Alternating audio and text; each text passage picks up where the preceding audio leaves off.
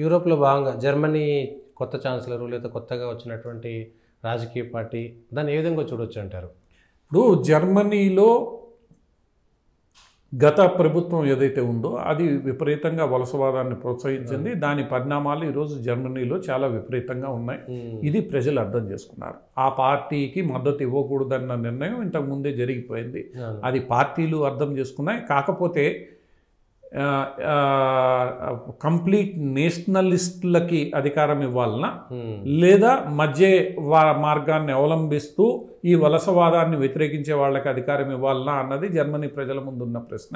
So Germany ప్రజలు మధ్య మార్గాన్ని అనుసరిస్తూ వలసవాదాన్ని వ్యతిరేకించే నాయకుడికి పట్టం కట్టారు.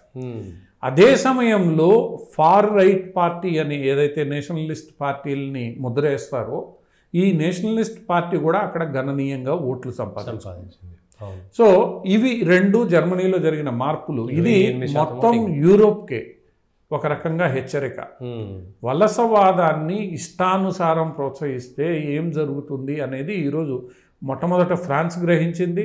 ఆ ఫ్రాన్స్ తర్వాత చివరగా గ్రహిస్తున్న దేశం జర్మనీ.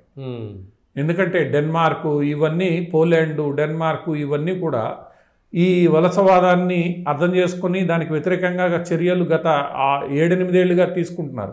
కానీ జర్మనీ గత జర్మన్ ఛాన్సలర్ కారణంగా గట్టిగా మొండిగా వ్యవహరించింది. చివరికి ఈరోజు ఆ జర్మనీ కూడా అర్థం చేసుకుంది. జర్మన్ ప్రజలు తిరస్కరించారు. సో ఈ యూరోప్ నాయకులు ఈరోజు ట్రంప్ జెలెన్స్కీ వ్యవహారం నేపథ్యంలో యూరోప్లోని దేశాలు నాయకులు అర్థం చేసుకోవాల్సింది ఏంటంటే 1945-46లో మీరు ఏదైతే సిద్ధాంతాలని ప్రపంచం మీద రుద్దాలని చూశారో ఆ సిద్ధాంతాల్లో మార్పు రావాల్సిన అవసరం ఉంది.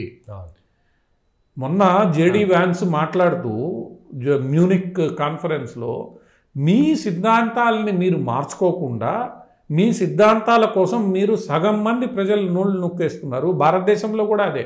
బీజేపీ అంటే ఫ్యాసిస్ట్ పార్టీ, బీజేపీ అంటే అది ఇంకోటి మతతత్వ పార్టీ, ఇన్ని మాటలు వీళ్ళు మాట్లాడేసి 15 ఏళ్ళుగా ప్రజలు పట్టం కడుతున్నా దాన్ని అంగీకరించకుండా ఇప్పటికీ మాట్లాడుతూ మీరేం చేస్తున్నారు? ఈరోజు ఎంత లేదన్నా బీజేపీ 50% ఓట్ బ్యాంకు ఈరోజు సాధిస్తోంది.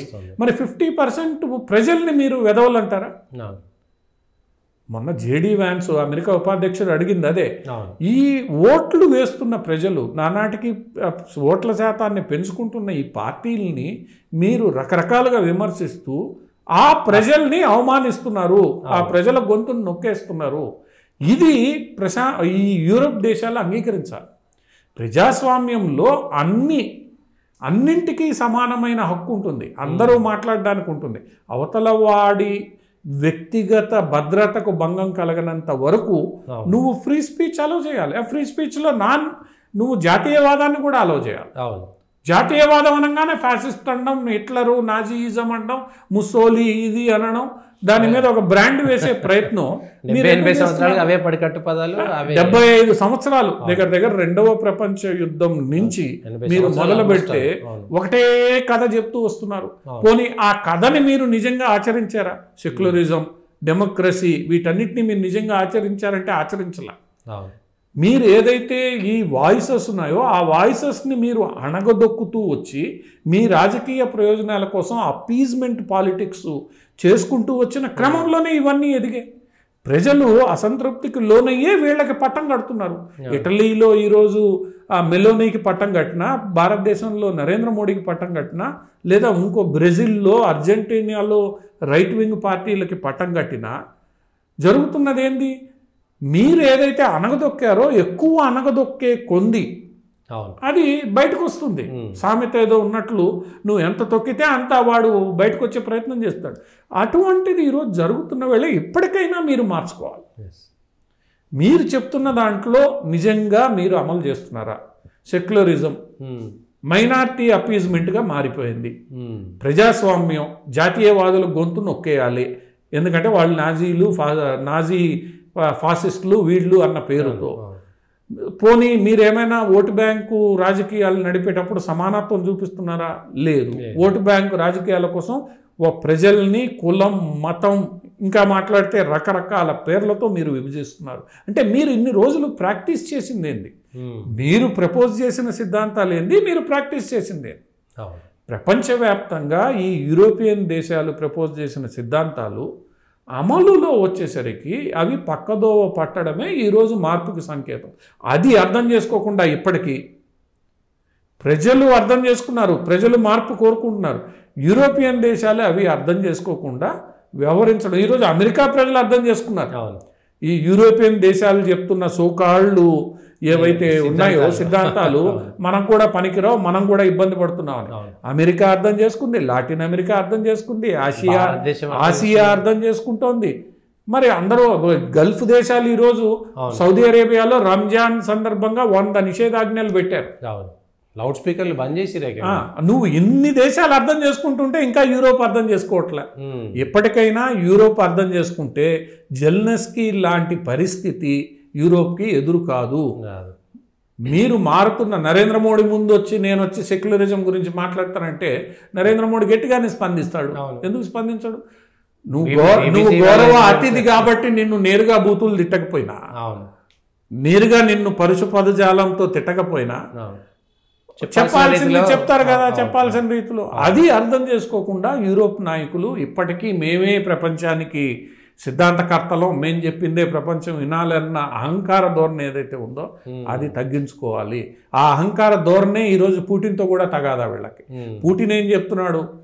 నాటోని నా సరిహద్దుల్లోకి తీసుకురావద్దు, ఏ చిన్న పొరపాటు జరిగినా అది ప్రపంచ యుద్ధానికి దారితీస్తుంది, కాబట్టి నాటోకి నాకు మధ్యలో చిన్న బఫర్ జోన్ ఉంచండి, దానివల్ల చిన్న పొరపాటు జరిగినా అది పెద్ద ప్రమాదంగా మారదు. దాన్ని ఎందుకు యూరోపియన్ దేశాలు అంగీకరించలేదు? ఆఖరికి స్వీడన్, నార్వే ఏవైతే న్యూట్రల్ దేశాలు ఉండేవో వాటిని నాటోలో చేర్చుకున్నారు. పోలాండ్ ఇవి ఏవైతే ఈస్ట్ యూరోపియన్ నేషన్స్ ఉన్నాయో వాటిని నాటోలో చేర్చుకున్నారు. మిగిలింది ఏంది? ఈ బెలారస్, తర్వాత జార్జియా, తర్వాత యుక్రెయిన్. ఇదన్నా బఫర్ జోన్ ఉంచండి అంటే వీళ్ళని మేము చేర్చుకుంటాం. అంటే మీరు మీ సరిహద్దుల్లో ఇప్పుడు పాకిస్తాన్ భారతదేశాల మధ్య హెవీ మిలిటరీ డిప్లాయ్మెంట్ ఉంది. ఏ చిన్న పొరపాటు జరిగినా అది న్యూక్లియర్ వార్ కావచ్చు. ఇప్పుడు 2 అగ్రదేశాల కూటములు సరిహద్దుల్లో ఉన్నప్పుడు చిన్న పొరపాటు ఎంతకైనా దారితీయొచ్చు. జాగ్రత్తలు తీసుకోవాల్సిన అవసరం ఉంది. దాన్ని 3వ ప్రపంచ యుద్ధానికి జెలెన్స్కీ దారితీస్తున్నాడని ట్రంప్ అన్నాడే స్పష్టంగా. అవును, ఇప్పుడు అది జరుగుతోంది అని భారతదేశం కూడా చాలా సందర్భాల్లో చెప్పింది. ఇది యూరోప్ ప్రాబ్లము. జయశంకర్ చాలా స్పష్టంగా చాలాసార్లు చెప్పాడు. ఆ విషయంలో జయశంకర్ ఏ రోజు మిన్స్ చేయలే వర్డ్స్ని. ఇది యూరోప్ ప్రాబ్లము, యూరోప్ డీల్ చేసుకోవాలి. మీ ప్రాబ్లాన్ని మీరు దేశమంతా, ప్రపంచమంతా రుద్ది మీరు మా మాట వినడం లేదు, మీరు మాకు చెప్పట్లేదు, మీరు మాకు మద్దతు ఇవ్వట్లేదు అని అంటే ఎట్లా? సో యూరోప్ ఇప్పటికైనా అర్థం చేసుకోవాలి. అర్థం చేసుకుని తమ సిద్ధాంతాలు, విఫలమైన సిద్ధాంతాలని లేదా తాము ప్రపోజ్ చేసిన సిద్ధాంతాల్లో తప్పులు ఎక్కడ దొల్లాయి అవి చూసుకోవాలి. అదే ఈరోజు భారతదేశంలో కాంగ్రెస్ పార్టీకి వర్తిస్తుంది, ఇండి కూటమికి వర్తిస్తుంది, కేజ్రీవాల్కి వర్తిస్తుంది, ఇంకా మాట్లాడితే కమ్యూనిస్ట్ పార్టీలకు వర్తిస్తుంది. కమ్యూనిస్ట్ పార్టీలు ఈరోజు ప్రాంతీయ పార్టీల స్థాయికి ఎందుకు దిగజారిపోయాయి? కమ్యూనిస్టు సిద్ధాంతాలు ఒక రకంగా క్లాస్ సిద్ధాంతం ఏదైతే ఉందో రెండే, డబ్బున్నవాడు పేదవాడు, మిగతావన్నీ వాళ్ళు. కానీ అక్కడి నుంచి మీరు కులానికి వచ్చి, కులం నుంచి మతానికి అప్పీజ్మెంట్కి వచ్చి దేవుళ్ళ గురించి మాట్లాడి అదే నువ్వు ప్రవక్త గురించి మాట్లాడలేని పరిస్థితి. ఇవన్నీ ప్రజలు చూస్తూ ఉంటారు కదా. నీ ద్వంద్వ వైఖరి ఏదైతే ఉందో అది ప్రజలు చూస్తూ ఉన్నారు, అర్థం చేసుకున్నారు. కాబట్టి నెమ్మదిగా మీరు జీరోకి వెళ్తున్నారు. ఇప్పటికైనా మన దేశంలో కావచ్చు, యూరోప్లో కావచ్చు, అమెరికాలో కావచ్చు, ఈ ప్రజాస్వామ్యవాదులు, మానవ హక్కుల వాదులు, ఈ సెక్యులర్ వాదులు వీళ్ళందరూ అర్థం చేసుకోవాల్సింది ఏంటంటే మనం ఏదైతే టెక్స్ట్ బుక్లో దీని గురించి నిర్వచించామో ఆ నిర్వచనాన్ని మనం 100% ఫాలో అవుతున్నామా లేదా? మనం ఫాలో కానప్పుడు ప్రపంచం వ్యతిరేకిస్తుంది దాన్ని సూడో సెక్యులరిజం, ఈ నువ్వు 2 నాలుకల ధోరణితో మాట్లాడడం అయిపోద్ది. నీకోసం అయితే ఒక రకంగా, కాకపోతే ఇంకో రకంగా. ఇది యూరోప్ కానీ అందరూ ఈరోజు జెలెన్స్కీ వ్యవహారంతో స్పష్టంగా అర్థం చేసుకోవాల్సింది ఏంటంటే ముఖ్యంగా యూరోపియన్ దేశాలు, ఆ యూరోపియన్ దేశాలు సిద్ధాంతాలు వాటిల్ని ఆచరించాలని చూసే భారతదేశంలోని కాంగ్రెస్ పార్టీ, ఇండి కూటమి లాంటి వాళ్ళు ఇంకా మీదట 2 నాలుకల ధోరణి పనికిరాదు. లేదంటే ఈరోజు ట్రంప్ లాంటి వ్యక్తుల చేతిలో ఏ అవమానాలు, రేపు రాహుల్ గాంధీ అమెరికాకు పోయి మాట్లాడామనుకోండి, ట్రంప్ కాలి తీసుకుపోయి ఇన్ని డిపోర్ట్ చేయండి అన్నాడు అనుకోండి, ఎవడి పరువు పోతుంది? అంతే, నీ దేశం పరువు నువ్వు పోతుంది. నువ్వు అర్థం చేసుకోవాల్సింది ఏంటంటే, నువ్వు ఎక్కడికంటే అక్కడికి వెళ్ళి ఏ సిద్ధాంతం అంటే అది మాట్లాడితే వినడానికి ప్రజలు సిద్ధంగా లేరు.